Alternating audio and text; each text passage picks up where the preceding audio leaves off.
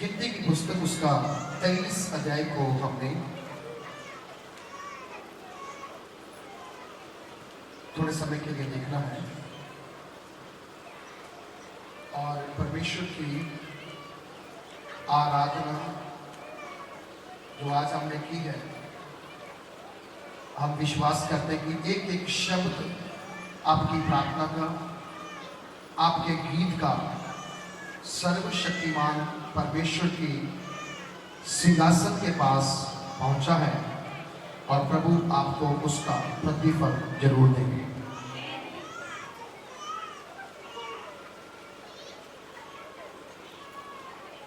हम सब प्रभु के बालक हैं। कौन है हम लोग? सारे बोलो क्या है हम लोग? बालक का मतलब क्या होता है?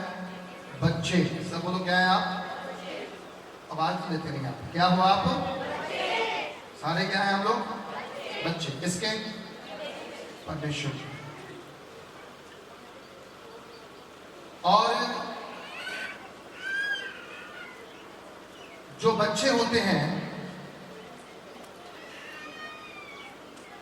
वे अपने पिता की बात को मानते हैं, सुनते हैं और उस पर ध्यान देते हैं।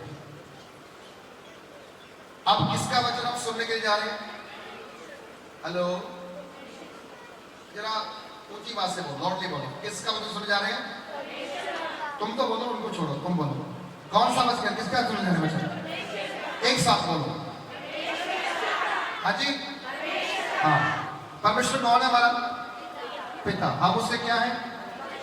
तो बच्चे क्या करते हैं? पिता की आवाज को ध्यान से सुनते हैं। हमें भी ध्यान से ही सुनना है।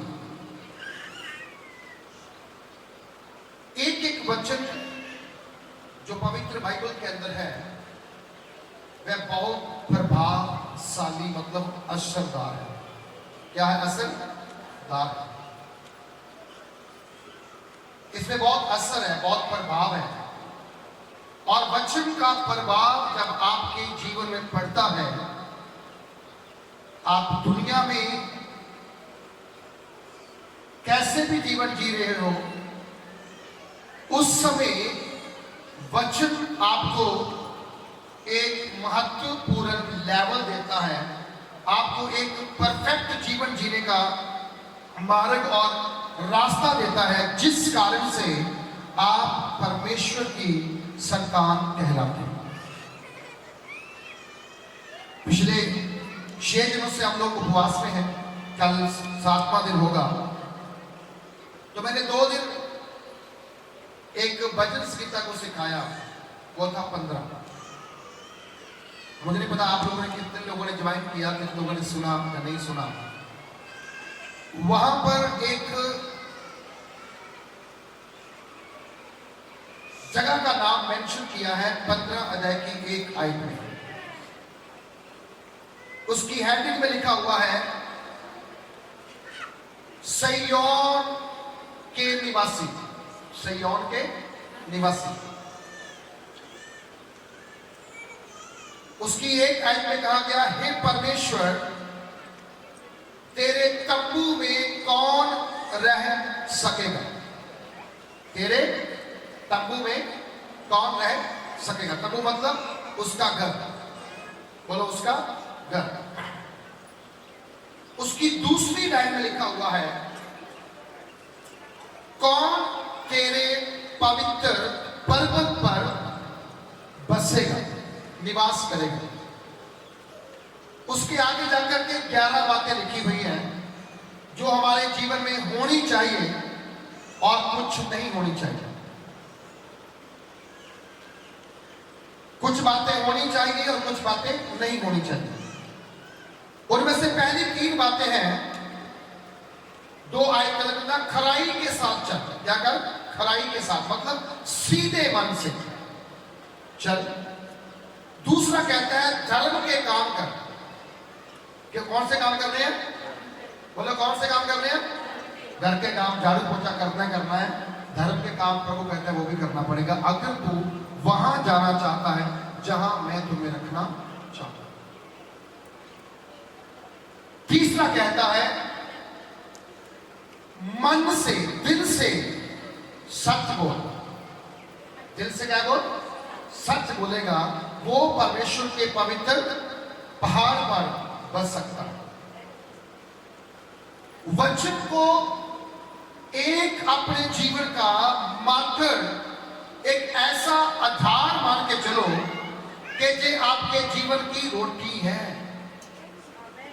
आप रोटी काट खाते हो, आप चावल खाते हो, आप दाल खाते हो, आप सब्जी खाते हो, आप दही खाते हो, वो आपके शरीर को ताकत देता है। लेकिन आपकी आत्मा कमजोर क्यों है?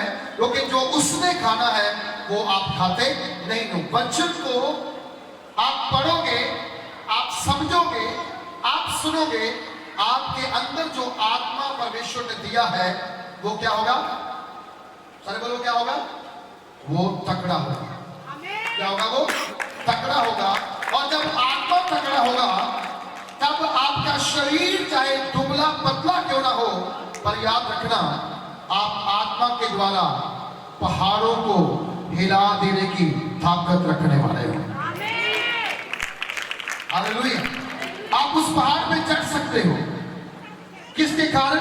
परमेश्वर के वचन को अपने जीवन में सुनने से, पढ़ने से, मानने से।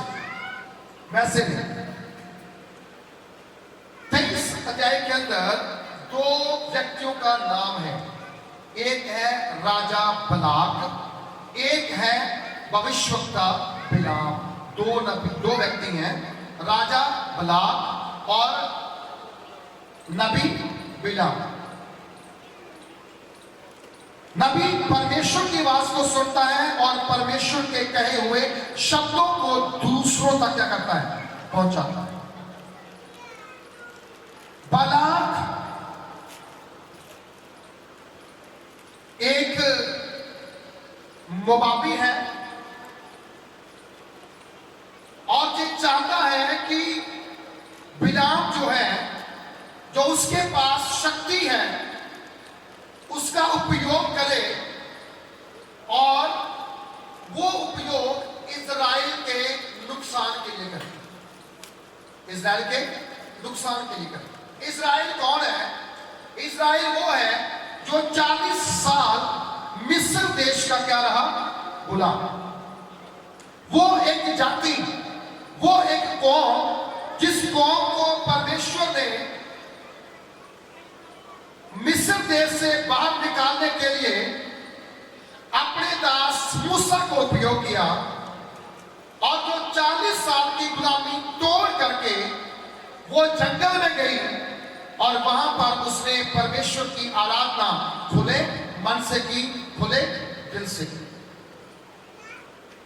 उस कौम को राजा चाहता है कमजोर कर। क्या कर? कमजोर कर।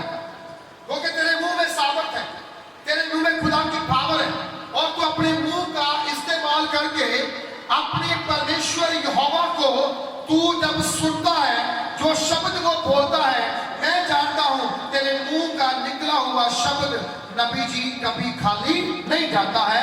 इसलिए तू मेरा काम कर, इसके बदले तू जो मांगेगा मैं तेरे लिए करने को तैयार हूं। जो मांगेगा मैं तेरे लिए क्या हूं? करने को तैयार हूं। थर्ड फास्टिंग था, बुधवार का दिन था। लाइव मीटिंग चल रही थी और मीटिंग समाप्त होने के बाद एक कॉल आई। एक व्यक्ति ने बताया कि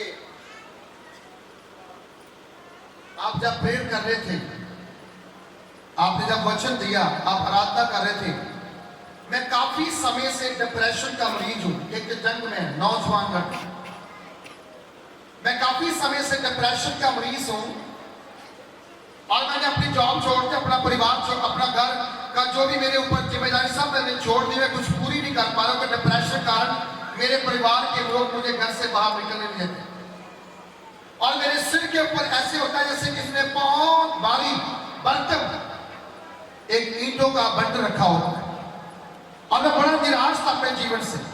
लेकिन आज की प्रार्थना के बाद परमेश्वर ने मेरे सिर के ऊपर से उस बटन को हटा करके मुझे ऐसा महसूस हो रहा है कि मेरा सारा डिप्रेशन जा चुका है और मैं अपने आप में ये फील कर रहा हूं कि मैं बिल्कुल तंदुरुस्त हूं, बिल्कुल ठीक हूं।